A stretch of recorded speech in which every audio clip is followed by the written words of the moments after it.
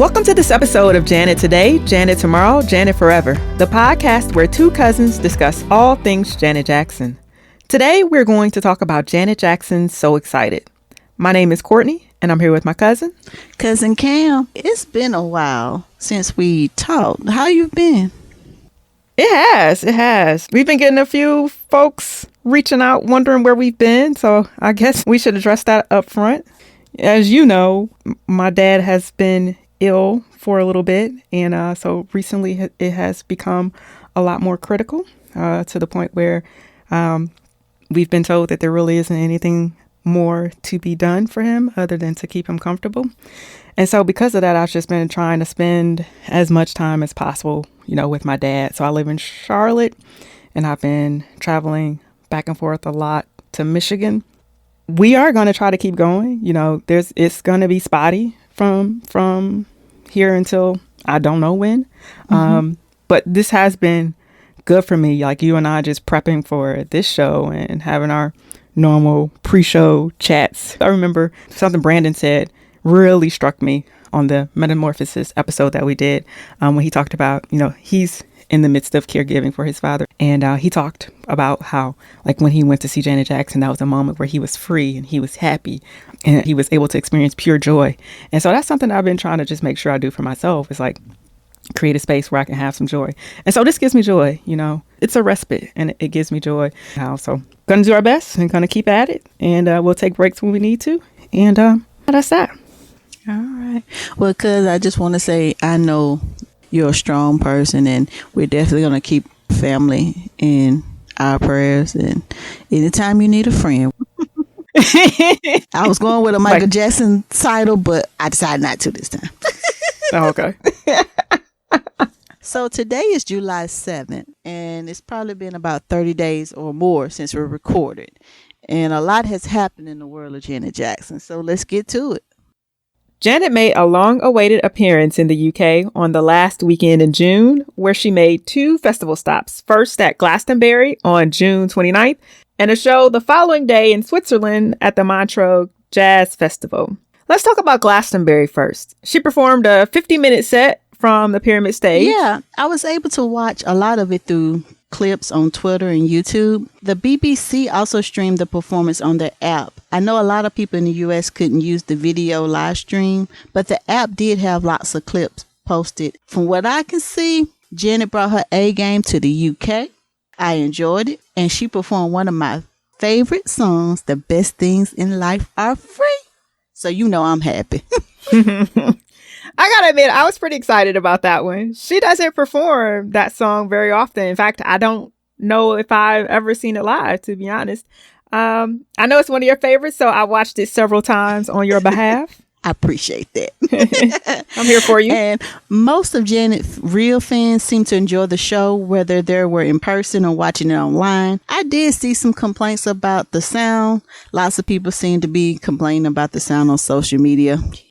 Yeah, there was a lot of commentary about the audio. Most of it seemed to come from people who were not actually at the festival, though. It seemed like a lot of folks who were trying to watch from home had a majority of the complaints. From the clips that I could see, there were some sound problems in the beginning, but Janet handled it like a pro because she is a professional and a legend. And I feel like the social media was just trying to make a big deal out of it. My opinions on it. So, of course, we were not there. So, just watching what people are saying on Twitter.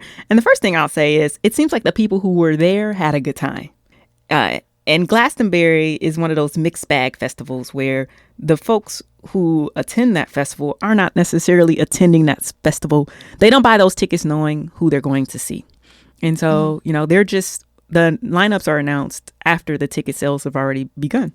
But I will say that, when I was watching video that fans had posted, or even sometimes video that was on the BBC, the people who were there seemed to be having a good time. It felt like people were being a little too nitpicky about the performance. They kept saying that she was lip syncing, that they couldn't hear her, just a host of things. So that's what was really funny to me, because it seemed like people had made a concerted effort to speak ill of her. And I was like, no one, if they're talking about you, is because they care.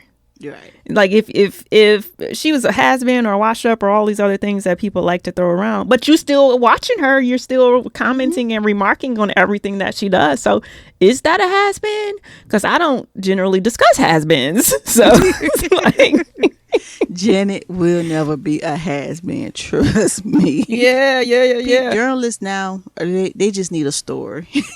That's Yeah, my whole and thing. and she's the name, I right? did like the performance. I don't have anything bad to say about this performance, honestly. And to me, she seemed so natural when she performed. That's the way love goes. That's the part that I kept like, let me watch this again. I'm proud of Janet. She opened with Trust or Try, which I think is interesting choice for a crowd that may not be diehard Janet Jackson fans. Yeah, I love it when she opens with something unexpected, but I think you're right. This wasn't her typical group of fans. Maybe for away games, she should only open with Together Again. Did you say away games? Yeah. I was like, this is not her home crowd. Like, they didn't go there necessarily to see Janet Jackson. So this is more like an away game. She might need to stick with the hits. But you talked a little bit about social media kind of being negative about some of the performance due to the sound. But some of the traditional media outlets were a little more kind, like Michael Craig for The Guardian. He gave her performance 4 out of 5 stars, stating, "You can count on one hand the number of superstars that have properly shifted the needle when it comes to pop. Madonna, Prince, Michael Jackson are obvious, but it's perhaps Jackson's youngest sister, Janet, who has cast the biggest shadow over the current crop of empowered female pop stars." And then The Independent was kind as well in a review titled "Janet Jackson at Glastonbury, Cultural Powerhouse does a seamless glide through her biggest hits." The reviewer did have a complaint that we've heard before. She says that, and I quote, "It sometimes feels as though Jackson is so rehearsed that she's merely going through the motions," end quote. And I think if the worst thing you can say about a performer is that they've obviously practiced, then I think you probably don't have a lot to complain about. We're talking about practice. Right. Not the game, but practice. Right. Like, you upset because she rehearsed, so I don't know. Yeah. Now, I do know one person who is fangirly, and that's Carrie Underwood. She posted a video on her Instagram. She was so excited at the concert. It was funny. There's a point where Janet kind of just gives her a little wave, and Carrie lost it. And I would have lost it too, because I would have been like, that was for me. That was for none of y'all in here. That was for me. Yes, I would have lost it too. So I'm not mad at Carrie, and I think it's pretty cool that she shared that on her IG. Yeah. And then Janet's next stop was the Montreaux Jazz Festival, where she performed an 80-minute set.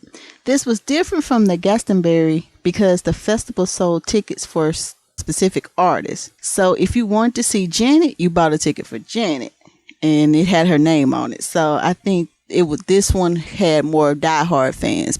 And she was introduced by Quincy Jones, who calls her an incredibly loving being. I hope someone calls me that one day. Yes, cousin? You are an incredible, loving person. That's so nice. From what I understand, it was a great show in Montreaux. It was sold out and got great reviews. The pieces I was able to see online were really good. Mm-hmm. Only thing that scares me about this performance was the dancers in gray. Like, I don't like it. I know I should be more positive, but I just wasn't feeling the gray clothing. I felt like for a jazz festival, give us a little color. Yeah, so it's really interesting. She really put on 2 shows.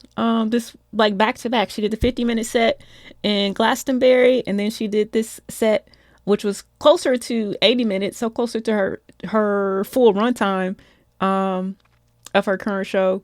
That's what she did in Montreaux, and but even still, it was a little different than what we've seen from the clips of the Vegas performance. So it's like, how many shows are in her head currently right now? A lot. There's a group of fans from all over Europe, from Belgium, France, Netherlands, UK, who created an award, to represent the European fans. And they actually got to meet Janet backstage in the dressing room after the show, where they read a speech they prepared. They gave her the award they created. And somebody also drew a really nice photo of Janet and Issa and gave that to her as well. And, we got a first hand eyewitness account from a fan who was there. So let's take a listen. It is Saturday, July 5th, 2019, and I am joined by Jakob Jackson, who 6 days ago, on June 30th, had the pleasure of living every Jan fan member's dream of meeting Janet Jackson in Switzerland after her performance at the Montreaux Jazz Festival. And we want to hear all about that. But before we do, though, Jakob, would you tell me where you're from and how you first fell in love with Janet Jackson? Yeah, sure. Well, I'm from the Netherlands, and I became a Janet fan, I would say, a couple of months before she announced her big comeback with her Unbreakable album. Okay. That's when my love for Janet really started. I remember when I was like 10 years old, I was watching TV, and the music video of Together Again came on, and I was like mesmerized by the video and the whole African vibe and her beautiful smile. And that was the first time I really got to know Janet. But it took me a couple of years before I really started to dig a little deeper into her, all her music. And there was just a time, early 2015, when I was like, okay, I don't have any Janet Jackson CDs in my house, and I just need to buy at least one CD. So, which was the first album that you purchased? It was The Best, called Number Ones in America. That's a good place to start. Yeah. Absolutely, yeah. So in Montreaux, was that your first time seeing Janet live? Yes, it was my first time. What Absolutely. was your impression of the opening of the show? What'd she do for an entrance? What was the crowd like? What was the feeling like inside the theater? Ooh, it was just fantastic. I mean, a day before she performed in Glastonbury, and it was so different because Glastonbury was sold out like months ago. So there were just a few Janet fans at that show, and the whole atmosphere was totally different in Montreaux. There were only Janet Jackson fans. We all bought our tickets, said Janet Jackson. So we were so excited to see her. I've talked to so many fans out there, and they were waiting to see her for years. So we were all so ready to see her for the first time in all those years. So it was just amazing. It was sold out, and people were jumping, people were screaming her name. It was fantastic. And she started with That's the Way Love Goes. That was surprising to me because I don't recall her opening with That's the Way Love Goes at all. So that was really nice. And then she did Got Till It's Gone and I Get Lonely. So she started with the more, more R&B, slow jams here and there. That was really nice. Yeah, that sounds really good. It sounds like she really tailored the show for the crowd. Yeah. What was your favorite moment during the show? Ooh, my favorite moment, I think when she did I Get Lonely. It was the third song. She was going to sit down. So every time she was looking at my direction and I was standing front row, I was making the heart sign with my hands, just hoping that she would see it and maybe respond to it. At a certain moment, we made eye contact, and I was making the heart sign, and then she started smiling at me, and I blew her like 2 or 3 kisses, and she blew me a kiss back, and I was like in heaven. It was so amazing. So not only did you get a kiss blown to you on stage from Janet Jackson, but I understand you were with the group that actually got to go backstage after the show and present a fan appreciation award to Janet. I was grinning ear to ear for you guys. I was so happy for you all. You would have thought I was getting an award. I want you to tell me quickly how the idea for the award came about.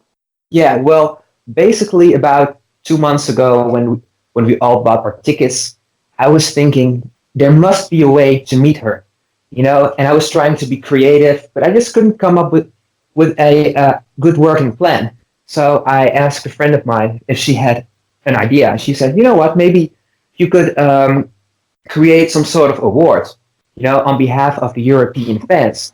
And I was like, yeah, right, that's never going to work, So I was, so I was writing down some ideas, and I was talking to the group, the other 4 people that were with me there, to discuss it. And they were like, you can try. So I contacted Janet's team, and they told us, yeah, we're going to do it. I never thought it was going to work out that way. And it was supposed to be a big secret for a couple of weeks. So we kind of knew that this was going to happen. We just couldn't tell anyone. That's awesome. Tell me about the moment. So when you got to give it to her, tell me what that was like. Yeah, it was so hectic.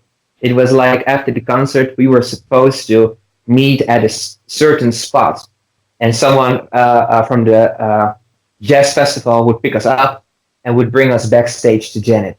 So there we were waiting at this particular place, but no one was coming to get us. So I was like, oh no, this was probably not going to work out anymore. So eventually, after 10 minutes, someone picked us up, and I was like completely relieved. Then we were brought backstage, and everyone was there. So the dancers, I saw Allison, they brought us into this room, and we were waiting there for and then after 10 minutes, the tour manager came back, and she brought us through the hallway again. And then we were waiting there for 2 more minutes on this couch, and I saw Joey, her bodyguard. And I was like, okay, so Janet is probably in that room, and the nerves really started to kick in. And after 2 minutes, Joey gave us this, signal, come in. So we came in, and left around the corner, Janet was there humming or singing something. So that was okay. And we were coming in, and it was so surreal. So the 5 of us, we were standing in front of Janet, and Joey was very strict. He said, okay, you can give her a hand and tell her your name. So we did, and I was the 3rd of the 5. And I was like, no, I want to hug her. So eventually she came to me, and I gave her a hand. I told her my name was Jakob, and she said, hi, Jakob. And then I was like, can I give you a hug? And she said, yeah, sure. So we hugged, and I was smelling her, and she smelled like flowers or sweets or something. And I mean, my life was complete at that moment. It was just fantastic. And that was not even it. I mean, later we gave her the actual award, and she was so surprised, and she was like, oh, you guys, it's so beautiful. And then we had the speech. So one of the girls was reading a part of the speech, and I was reading the second part, and she was looking at me, speaking to her, which was just amazing. I mean, that is something that will stay on my mind forever. That was just truly amazing. I love it. What to you makes Janet Jackson special? Oh boy. She's just fantastic. She is the ultimate performer. She has it all. She's been in the business since she was 7 years old. I mean, we all know, but sometimes it feels like we have to remember people that she's been in the business for that long.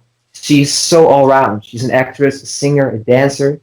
She has made so many iconic records. She has influenced so many of today's artists. I mean, there's so much to say about Janet Jackson. And I feel like people these days don't appreciate her, the way she should be appreciated. So I feel like, it's my job as a Dutch fan to remind people of Janet Jackson. I love that, Jakob. That's the best. Before I let you go, is there anything else you want to say? I don't know. I will probably, hopefully, see her again someday, but I will probably never meet her again like this. And I already have the pictures that were taken, and those pictures are now in my room, so I can look at those pictures every day. And it was just something I will never forget. June the 30th is something that will stay on my mind for the rest of my life. It was just an unbelievable experience, and I wish that every Janet fan, would experience this because it's just so special. I love it. Well, we'll leave it at that. Yeah. All right. Well, thanks for calling. I appreciate it. Thank you so much. We'll talk soon. Good. Do you remember a long time ago? I can't remember which episode, but we talked about the best way to get Janet to see her is to create an award for her to show up. Right. Yes, I do. And these fans actually did it. Like, we have no choice but to stand. It's literally the only choice we have. The only choice. Based on the clips you saw of the two shows in Europe, do you have a favorite performance between the Montreaux Jazz and the UK show? I think I do. Just based on the clips, I think I loved the Montreaux Jazz Festival a little more, even though I saw less of that show. I felt like it was a little tighter than the show in UK. I felt like the dancing was a little tighter. And, I've said it before, like, the first Metamorphosis shows we saw, I thought like, wow, we're back to precision. And I still think we're well on our way. And I still think it will get tighter. But also, too, I think we have different expectations because I think it's kind of unreasonable. Like, these kids got a lot of stuff in their brain. Like, they got 9 shows from Janet. And then they're working between her shows because it isn't like, in the days of like the Janet World Tour or the Velvet Rope World Tour, where they are literally a cohesive unit for months upon months upon months upon months. And they're not doing any work with anyone else. Right. And so now they have to learn like so many different dance styles and so many different bits of choreography for all of these different people, and that's just the way that it is. So to expect them to be like what it was, I think is a little bit unfair. But I just also, too, it's just like, for me, that's the brand. I know that everybody who works with Janet cares about that brand. I know Janet cares about that brand. And so for me, it's a little bit of that. Like, maybe this is just what it is. And all of them are phenomenal. So I'm not saying that at all. Like, any of them could dance for anybody. They're good. It's just different. Honestly, I still think they could be a little bit better. But at the same time, like you said, they're dancing for other artists. So maybe I don't know, maybe it's just different styles. And I'm used to Tina and others just making it tight and right, where it may be just more fluid dancing, instead of working on the precision, maybe just more expression. Like, I do think it's some of that. So I feel like it's unfair to expect a thing that they're not intending to give. Like, I feel like a lot of it is a conscious choice. Like, I definitely feel like with State of the World, it was a conscious decision that it's going to be a little bit more about freedom of expression and like interpretation of the movement. So like, we're all doing the same movements, but we're not all interpreting them exactly the same. And that's fine. But it's also, too, because we know what we expect from Janet. And it had been that for so long. But I also have to remind myself, like, people have to be allowed to change, thrive, and grow. She has been a trendsetter because she departed from like a thing that was working 1000%. She would just put it down and leave it and do something else. Right. And so we have to allow for that as well, because that's how we get innovation. That's how we get the next big thing. Right. Now, what else do we have to talk about? Oh, Janet attended the Wireless Festival in London. She went to see Cardi B perform on July 6th, and 2 of her dancers performed with Cardi B. Now, I know Dom was one, and I think Alex, too. I probably should look this up. Do you think that's why Carly threw that wig in that concert? No, I don't. But it was pretty funny because like her tweet that came like immediately after it, where she tweeted, "I got carried away. I want my wig back. Somebody DM me." I thought that was comedy. But you gotta admit, that would be the best time to do it. Janet said, "Let me throw my wig. Let me do my." I love that Janet goes out and just, even though like sometimes she looks like a hostage, she went. She seemed to really be like enjoying herself, and I think a large part of why she was there was because 2 of her dancers were dancing for Cardi B as well. But also in London at that same time was Chucky Booker, who was musical director for Lionel Richie, and then also Stevie Wonder. They were performing in London that same weekend as the Wireless Fest. And on our last podcast, we talked with Chucky Booker about his time as Janet's musical director on the Rhythm Nation tour. So I wonder if she got a chance to see them. And if so, I hope there are some pictures. And also sending lots of love to Stevie, who announced during his show in the UK that he'd be taking a break to receive a kidney transplant. So we're wishing him a restful and swift recovery. Yes, got lots of love for Stevie.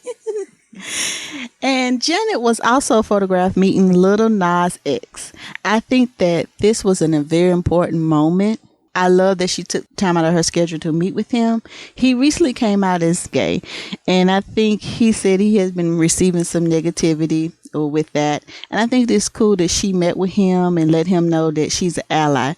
And I just love him so much. I love Lil Nas X so much. Did I say I love him so much? Yeah, I don't think so. Let me say for sure. I love Lil Nas X. And I'm just happy that he's young and this was a bold step. Like to at the height. Like this little dude done went diamond with a song that just came out this year.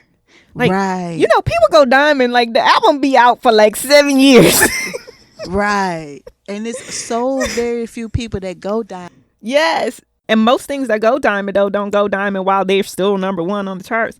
But we're not here to talk about that. But the point is, like, I'm just so happy for this kid and just seeing them together. It really did something for my soul. Plus, you just love that he was able to create a lane in a lane that people don't want him in. Mm-hmm. He still was like, nah. They tried to kick dude off the country charts, and 2 months later, he got the number one on the country charts and the rock charts and the hip hop charts. Every little kid at recitals is doing the little dance to it and stuff. But I mean, he's bold. Like, honestly, I was talking to a couple of friends, and I was like, I don't know if I would have done it. But he did it, and he has a lot of supporters. And I mean, just to see Janet just give him a hug and take a picture with him and just show her support.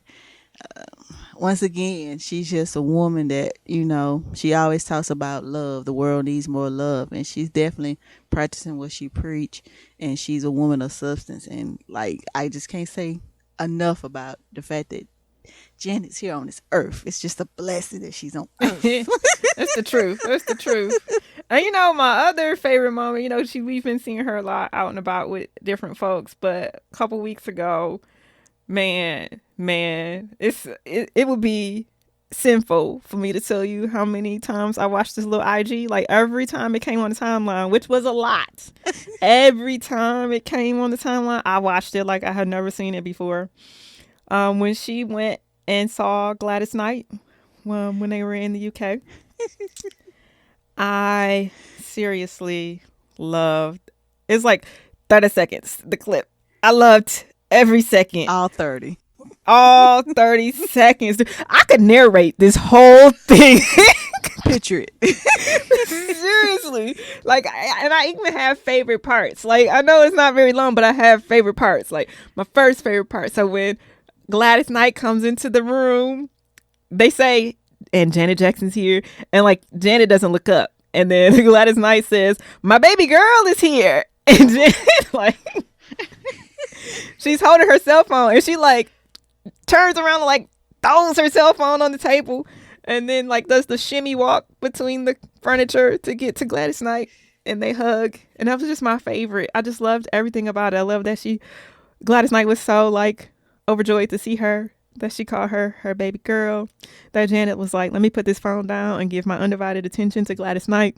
Like, there was just so much goodness that happened in that second. And it just reminded me because, like, you know, we think of Janet Jackson, like she's Janet Jackson superstar, blah, blah, blah, blah, blah, blah. But for a lot of very legendary people, a lot of very big people, but just a lot of really great people, she's their baby girl. She just, you know, a person that they genuinely love and look forward to seeing and holding and embracing. And so that was good. It was good for my soul. Oh, yes. I mean, Gladys is like your TT.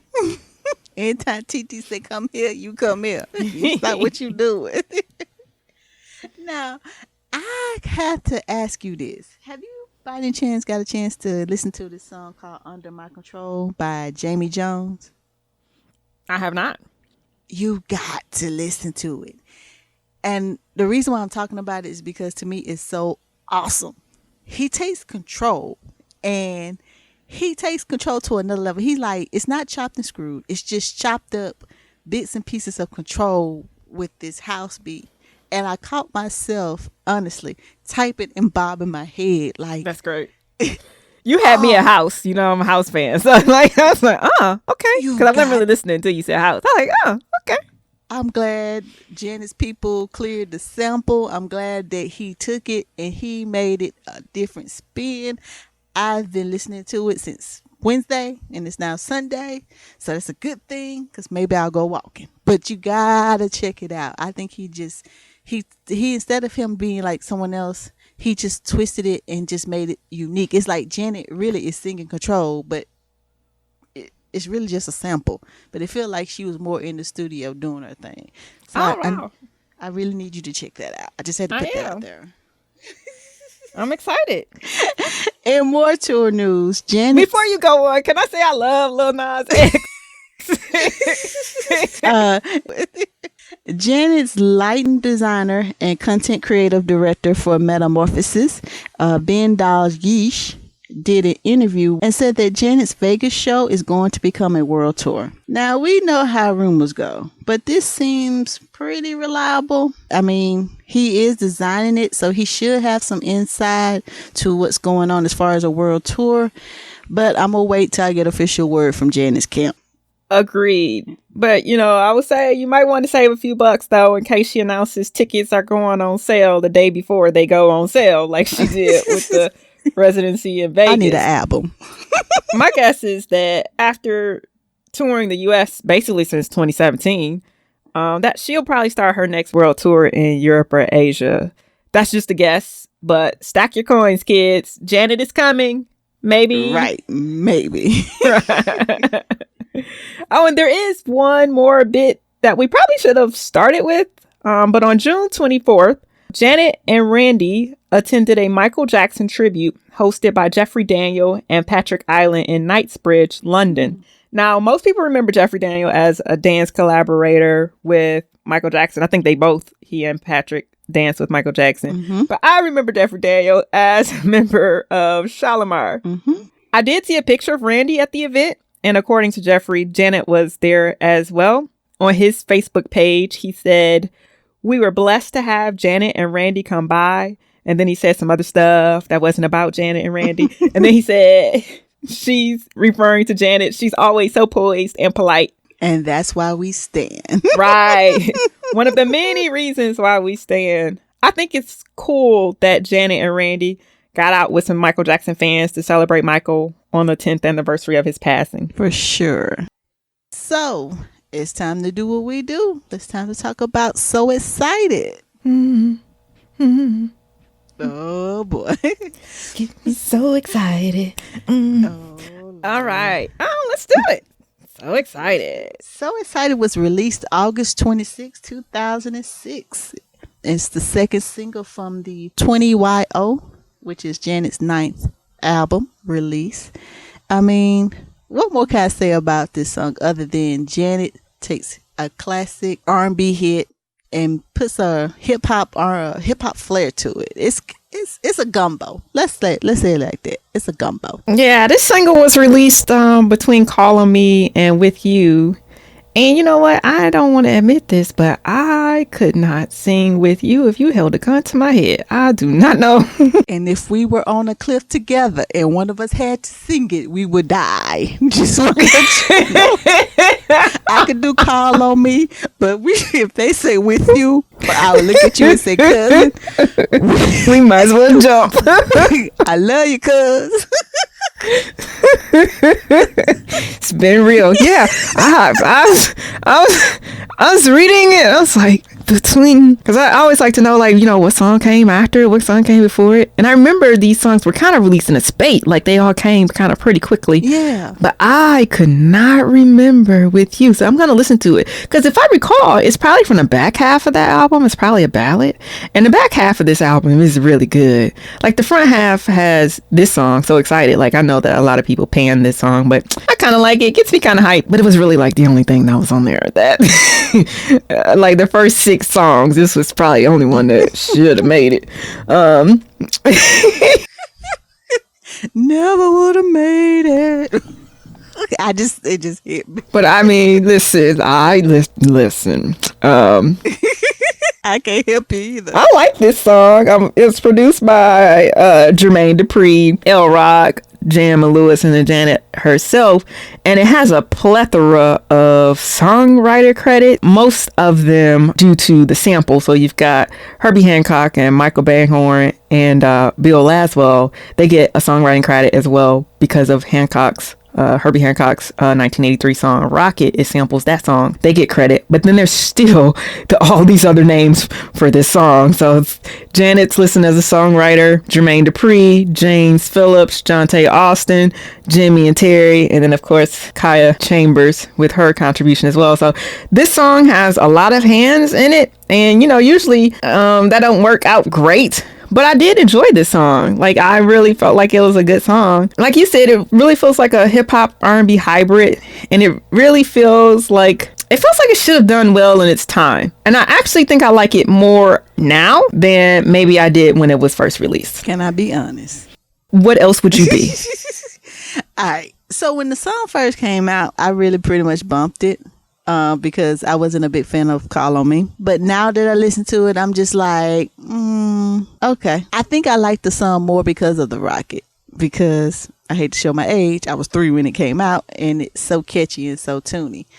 And I do think that the song should have performed well than it did, but I can understand why around this time it may not have. Call on Me was still on the charts. Shoulder Lean, Sierra Get Up with what's his name, Chameleonaire. I think it should have, but I feel like it should have done better than what it did. But at the time, just looking at the charts, she was up against Sierra Get Up. It was a lot of competition. So this, when you going up against Fergie, you're going up against Crazy by Gnarls Barkley. And I mean, she just had a lot of competition. Neo was hot at the time. It was just a lot of competition for Janet. I know you might be like, no, it should have did spectacular, but she just had a lot. Well, I mean, it didn't do bad. So I mean, it didn't do well at all on the top 100, but it did okay. It did. It went to number 1 on the dance charts, and it did okay, like maybe in the 30s on the R&B charts. But yeah, it just really didn't make a lot of noise for what you would expect from a Janet Jackson album. Like just not at all. And even now I don't really hardly listen to this song, but I do love the fact that she actually, got in the studio and put it together. I don't know. I still kind of out on whether or not it's one of my favorites or not. So you do appreciate that she got in the studio and put it together? Yeah, that's the only thing I can think of right now. That's the best you have to say. Because honestly, to me, Kaya is the only part I really like. It's so funny you say that because she has almost no part. If you take that from the song will be so bare. You need it. Now I make an argument that anybody could have done it. Like I really feel like Jermaine Dupri could have done it and they could have cut one less check. I just like her part.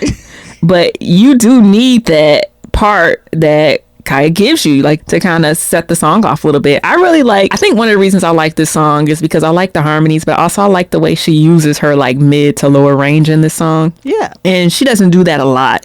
And she doesn't do that a lot on like up-tempo dance type tunes. So I like that. This song, it's very much about a woman anxious and excited for, I'm going to say, some alone time with her lover, even though the video, they were never alone. They were just doing stuff everywhere. But the lyrics are not super subtle. One of my favorites is, I'll open my spot for you anytime you want me to. And we're going to move on from that.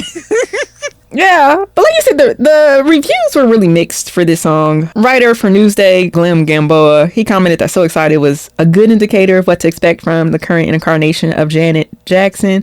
It's streetwise, lighthearted, and easily digestible. Another review said, and this one was from IGN, written by, said So Excited was like a glorious slice of radio-ready 80s churban soul, which I don't know what churban soul is. That sounds like a slur. I don't know what that is, but he don't know what that means. He just made that up. That's one of my words right there. I'm just gonna make something up. Yeah, I don't appreciate that. So those were some of the good reviews, and then there are folks who are not as high on it. There's an article in the New Yorker. It's written by Sasha Free Jones, published October 22nd, 2006. The article is called Body Language Janet Jackson at 40. And I'm just going to say right up front, like, you know, we try to just report what there is to report. But I'm just say, like, don't read this article unless you want to be mad. Like, if you're just looking for reasons to be mad, then you can go look this up and read it. Because one of the things she says, and this part I wasn't even really that mad about. I was like, okay, this is kind of true. But she says the song requires Janet to act tough and predatory in a way that feels forced. And I thought she's not a brag. And this kind of felt like a little braggadocious. I like it. So it's like, there's the catch-22 of like, okay, maybe it was outside of what she would normally do, but I still like it. But yeah, don't read this article. She said some other thing. Look, now somebody gonna be looking her up on Twitter going, yeah, I read your article 2006. Yeah. I did not care for it. Hated it. Yeah. Seriously. But it does in a way feel like Janet was forced to kind of make something a little bit more radio friendly and have a little more edge. I can kind of agree that Janet feels forced on this. Just because I guess I always think like with this project all together and even with this song, I felt like she was chasing for a hit and she was kind of relying on Jermaine to do it because he was coming off of a great years of, doing, hits. And I don't think she ever sold this song to me. I'll put it like that. I was just like, okay. Her and Jermaine did a song together. Yeah, I mean, I would agree to a certain extent. This album felt like a collection of singles would sound like if somebody wasn't trying to make, a Janet Jackson album, which is usually like a concept album. Even though they were trying to make a concept album, they were trying to make a modern era album in the feel of Control, which I don't know that that's what we achieved at all. Yeah, the jury is still out on that one. I'm not sure about that. We're still out on that. That's a whole nother show. Yeah, it felt like just like a collection of singles, and it just never really felt coherent. Like that, there was not a driving factor behind it. And I think some of that, we talk a lot about coming off of a couple years before the Super Bowl. And so I just think she hadn't really found her footing, her passion for it again yet. This is my interpretation. I have no idea. So let's switch and talk about this video. The video was directed by Joseph Kahn, who also directed Doesn't Really Matter.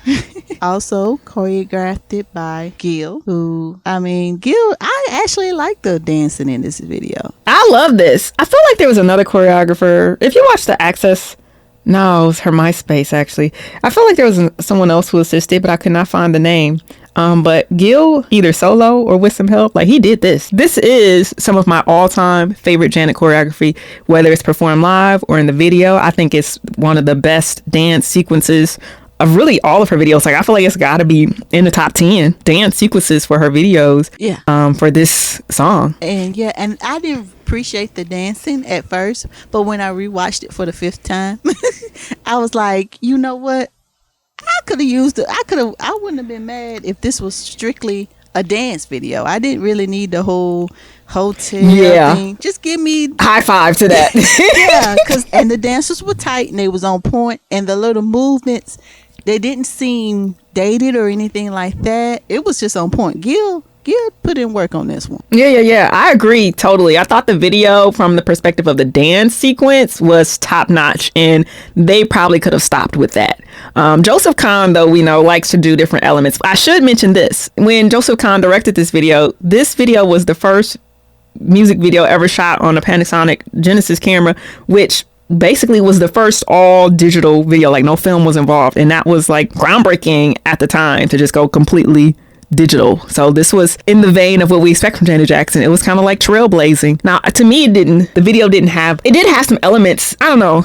I'm so conflicted. So there's parts of the video where her you can see through the walls, and they're all these nifty special effects. You can see through the walls, her clothes appear and disappear very quickly. There's just x-ray vision inside the car, or there you can see through the car, and then you see the solid car. So there's a lot of elements that are fun and festive and interesting and eye-catching, but also it's we didn't need none of this. The dance is so I didn't expect you to take me there, but you took me there. He was like, it was like you're describing a painting, this is the colors, but we really didn't need those colors. We I don't know why she used that fuchsia and that blue. We didn't need that. Like, it was all nice. Like, it was all like, but I just felt like this video could have cost half of whatever it was she spent. Like, because I think there's like a Lamborghini in the video. Like, you rented this yellow Lamborghini. We didn't need that. Like, it's. I'm glad you're not over a record company, because you be looking at video budgets going, why do you need this? But seriously, like, it doesn't add anything. In fact, I was a little confused because I figured like that part in the car is a dream sequence. Because you know, like there's now when they talk about this video, like I heard Janet say like the video is to be, and she doesn't ever explain like what we're seeing. She's like, the concept is we're in a subway. Okay, that's not a concept, but that is a location. You go get it. Listen, I'm saying all of this, but I want to be clear. I enjoy this video. But like, she's just like, we're in a subway. Are you though? Because it's possible that y'all are in a subway shooting, but like in the video, like what subway would have like reading lamps and recliners? I was like, it's all very confusing. Like, why is this bathroom filthy? Why are there sconces? Like, it's just, none of this don't make no sense. And then this Lamborghini, and then y'all in this like 1970s looking apartment room with this pink bedspread. Then y'all in this filthy bath. Like, I don't know why any of this is. Like, I don't know why any of this is. And I think there's one part where there's like a dream sequence, because I don't know why they appear, like why they go from this like cruddy rundown apartment to like this $200,000 car. That doesn't jive with me, and I can't make it make sense. And unfortunately, I can't make it make sense either. I'm sure there is a reason. I just don't know what it is. So there's a lot in there that I'm just kind of like, okay. I mean, I'm not sure what's happening. And then you got, you know, your appearances. You've got Jermaine in the video. He's shaving, doing his little part. What you talking about, shorty? Now that's the part we could have done without. I couldn't figure that part out either. I was like, that's why he got a songwriting credit, because of that part right there. Why is he?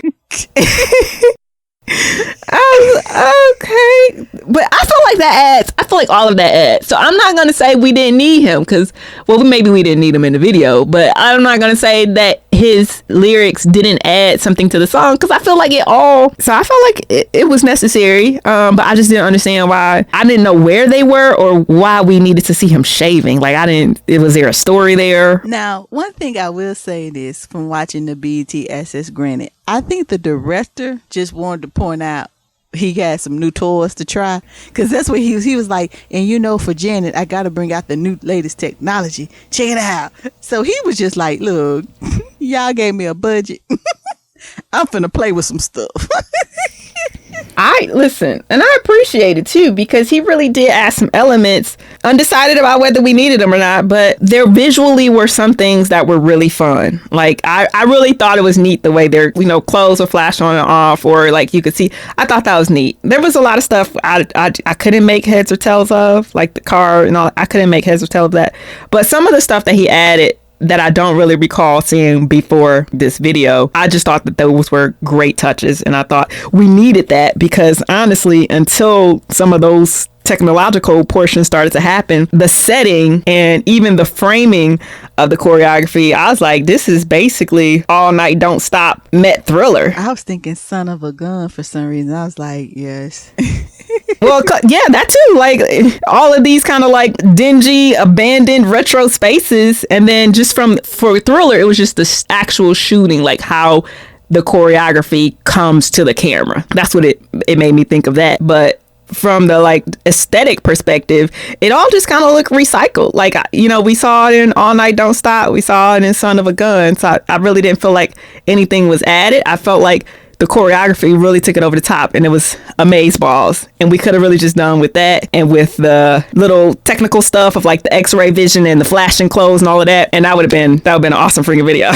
Now, someone that really was mad about this video and their appearance in the video was Kaya. She thought she was supposed to have like this whole feature. Yes, I really never understood that controversy. Well, she made it. And even in the Access Granted, she even says, I got a rap part, she do my little part here, I'm filming this and that. And even the director's like, she's going to do her rap part. But when you hear the song, all you hear is her little ad-lib, that little part. And there's no full verse. No, she didn't spit bars. And she was pissed about it. She was like, hey, I should be on the song, and all y'all got is me on the screen doing my little 4-5 words. So she was... Well, she does have a little section, like, there's the part where she's like, is you hungry? And some no, she says. Right. It's not just the ad-libs. There is something, I'm not going to call it a verse. It's like, I don't know, 5 lines. There is something, but I guess what I'm confused about is, number one, it's not your song. So once people record you and pay you, what they do with it is up to them. True. But also, too, I felt like in the Access Granted, it was kind of directly said how she would appear. We're filming this on a green screen and she's going to appear in the television. Now, maybe they didn't tell her it was a 13-inch television, but but I mean, they spent all the money on the Lamborghini. They did what they said they would do.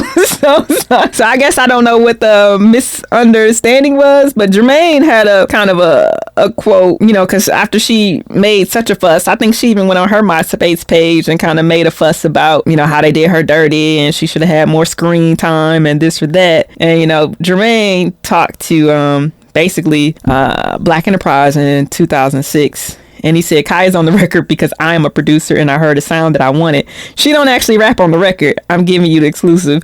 It's something that I did with her voice. I mean, a lot of people who hear it, they might not even realize that it's her. I use textures when I do records and I just wanted her voice texture for this record. And she really made this song. Now she's complaining, saying she's been taken off the record. And I don't know where that came from. She's really foolish to be out here talking like this.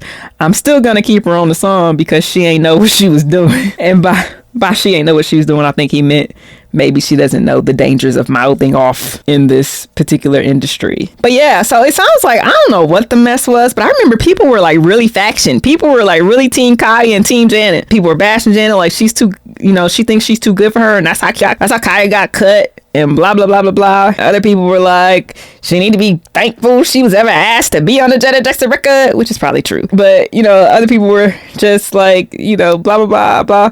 So I don't know where the truth lies, probably somewhere in the middle. But I do know that it's not your album. It wasn't your budget. You're going to take what they give you. Basically, what Jermaine is saying is this. He did a DJ Khaled, which is, I'm going to send you a track. You tell me, right to it, tell me what you think would sound good with it. I'm going to take your stuff, bring it back, and then send it out to somebody else and get their interpretation and make a song. So basically, Jermaine was like, hey, you said that line pretty good. I'm going to put you on this right here. Kaya, should have said cool and kept it moving because the controversy didn't help neither party.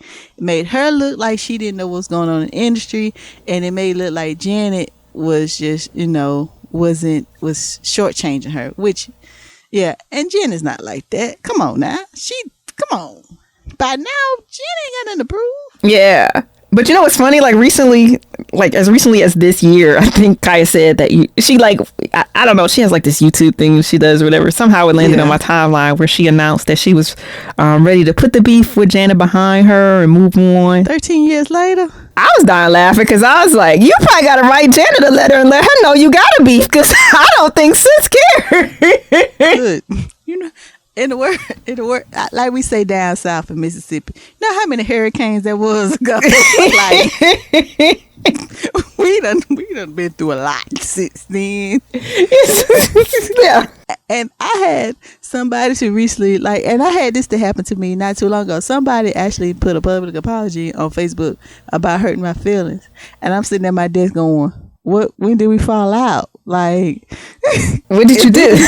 I'm gonna be like a retail store. If it didn't happen within the last 90 days, I probably don't know what happened. Like, I'm old, I'm grown. When you grown, you deal with grown folk stuff. Jenny grown. Jenny had BET boycotts. she had. Yeah, I'm like, this wasn't in the top 18,000th of Janet's concern. To be honest, by January 2007, Janet was thinking about something else. She was like, who? You think it took all the way to January? Yeah. I'm gonna give it a couple of months, but just maybe because like they probably ran into each other at the club and it might have like stirred up some things again. But yeah, I don't know. Like I feel like But then again, in this social media age, if you Google Janet Jackson and you say her name, somebody needs a hit. Like Offset said, somebody needs some clap.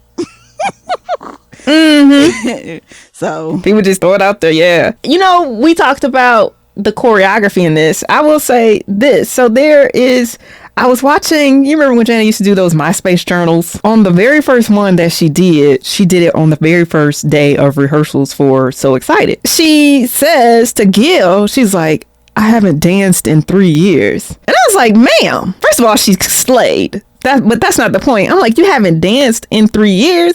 Like, I'm starting to think Janet won't even hum in the shower if she's not on tour. Like, what are you doing in your time off? I would break. Look, another one of my translations. When I break, I break. Janet said, I need a break. Don't come with me with that. I'm on a break. I haven't danced in 3 years. I was like, ma'am. But you listen, and got it together quick, because like by the end of that first rehearsal, she was doing it. That lets you know how natural she is as a dancer. It's like, to her, it's like riding a bike. Janet probably wake up and go, you know what, I can do this, pop, pop, pop. Okay, I'll save for the next project. I feel like she don't. I feel like she does not wake up and do that. Like I said, I don't even think she hums in the shower if she is not being paid. Like I just probably hums now. Come on now, we all hum in the shower.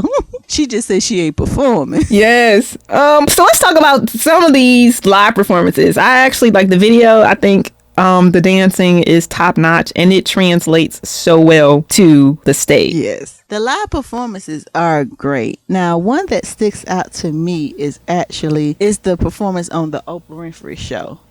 It was done the day before 20YO was released and stored. Pretty much all I remember is just Janet killing it. Of course, Oprah tried to get in her business, but the live performance, and I think she did Nasty if I'm not mistaken, she killed both of them. I don't care what nobody says, and I'll put this up with anybody that you throw at me. When it comes to stage, commanding a stage presence and commanding a crowd, she did. Janet's there. And I love that she can do it no matter what. Like on this Oprah show, she had some pretty good technology. Like it was, you know, she had production, she had lights, she had levels, she had screens. Like it was really good. But she doesn't always have that. Sometimes it just be her and the dancers. And, you know, and it doesn't matter how you see, like we all want pyrotechnics and flash and lights and color, but if she just show up by herself with some tennis shoes on, you still gonna get a bang up show. Right. I loved this Oprah performance. I loved it so much. I do have a gripe, I'll get to it, but I would say like the openings, the way that it opened was really cool. Like you could see her coming to the stage.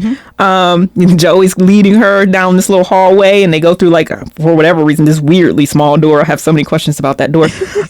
Probably the studio door. It's a studio hallway. It's a weird door. Like they have to like duck and step up. It was weird. I was like, is this up to code? Like, is the fire marshal been here? But they showed way the show opens, like the way Oprah did her introduction for the show. I was not delighted at all. They show like, you know, those pictures of her when she was like much heavier and she had on that like boating cap and that red sweatshirt and she was jogging on the beach.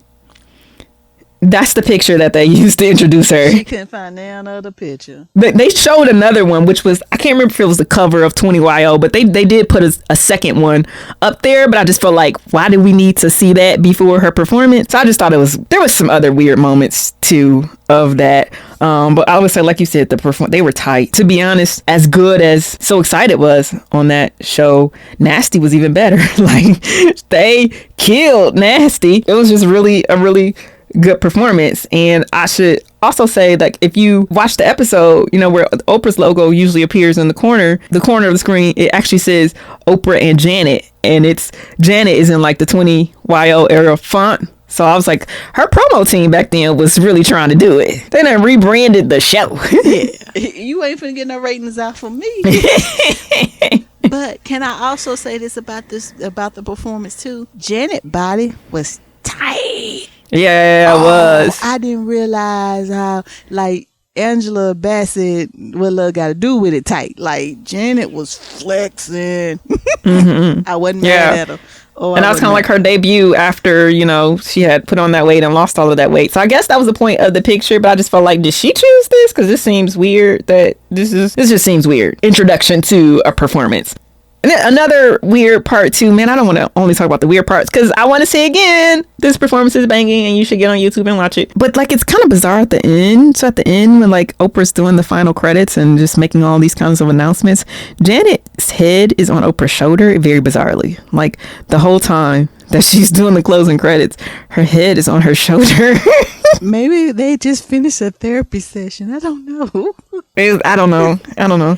You have to take a look and let me know. I try not to read into anything. I just look and what I see and I just go on vibes and blah, blah, blah. So I'm not going to make any assumptions or conjectures about what I saw. It was just odd. Did it creep you out?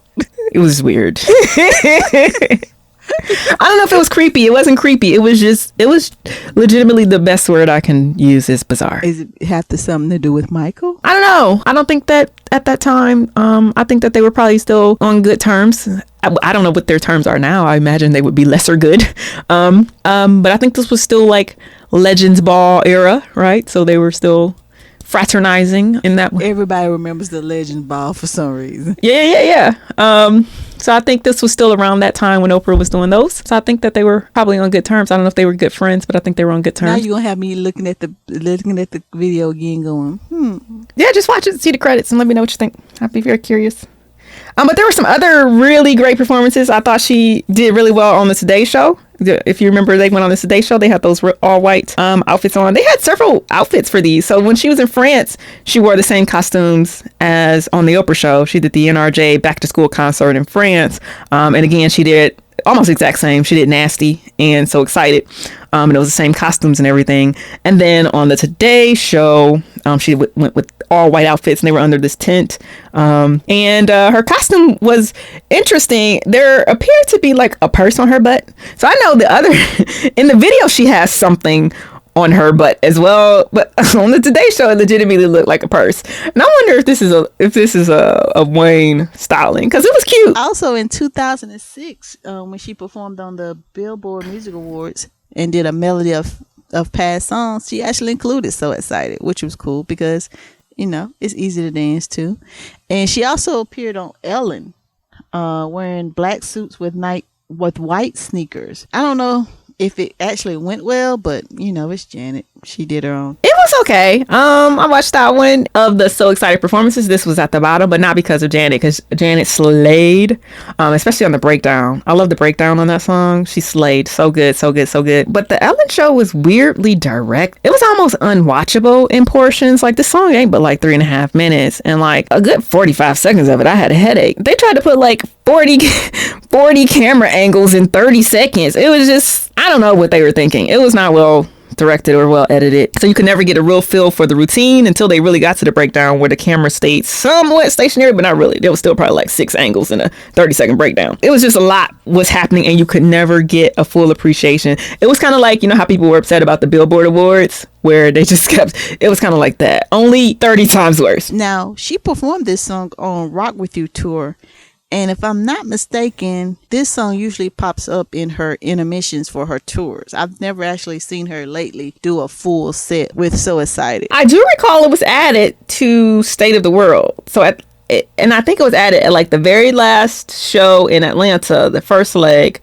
They did So Excited. And I remember it because I was so excited. And she was so good. It's amazing to me how fluid people do moves. To me, most folks dancing are doing the moves. I talk about this all the time. Like, they just are just trying so hard. Janet doesn't like do moves more. She more is the move. She just moves. It's just fluid. It's just natural. And so to watch her do this, I just love it so much. And it's so meticulous, but it doesn't look like she's overdoing it. Like, people just, they just be doing so much. And so I love to see her do this. And so when she added this back, how are you like just as fluid and focused all these years, 10 plus years later, just immaculate. And even now when she does it sometimes, it is perfection. And what's interesting is like she can seem to like walk and get into a dance or get into a move anywhere,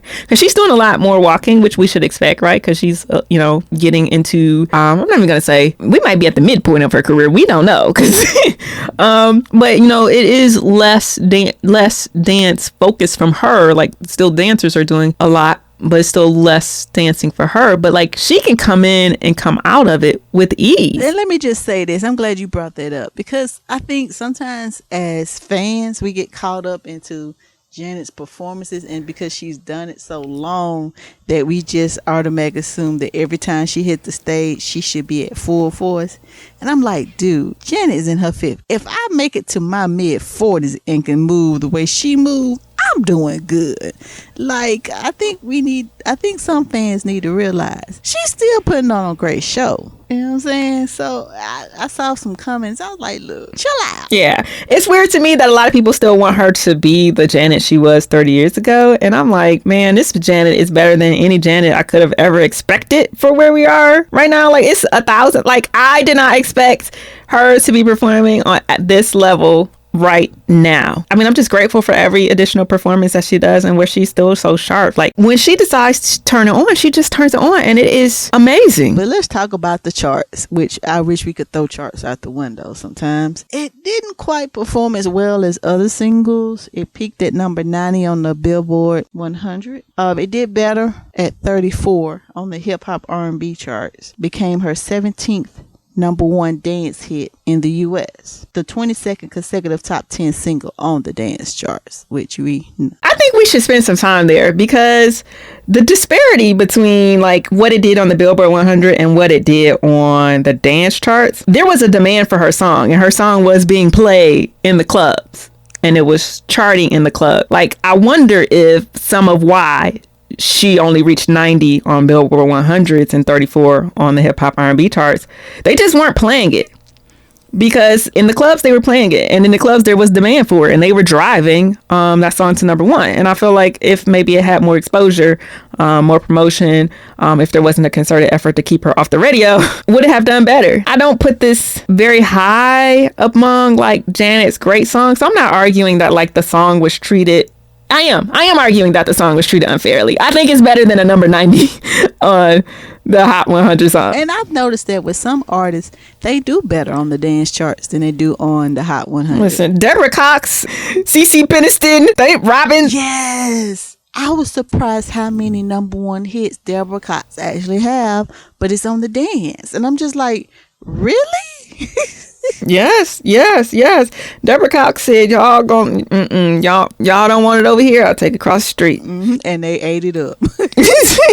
So overall, in the range of like Janet Jackson singles, where would you place this?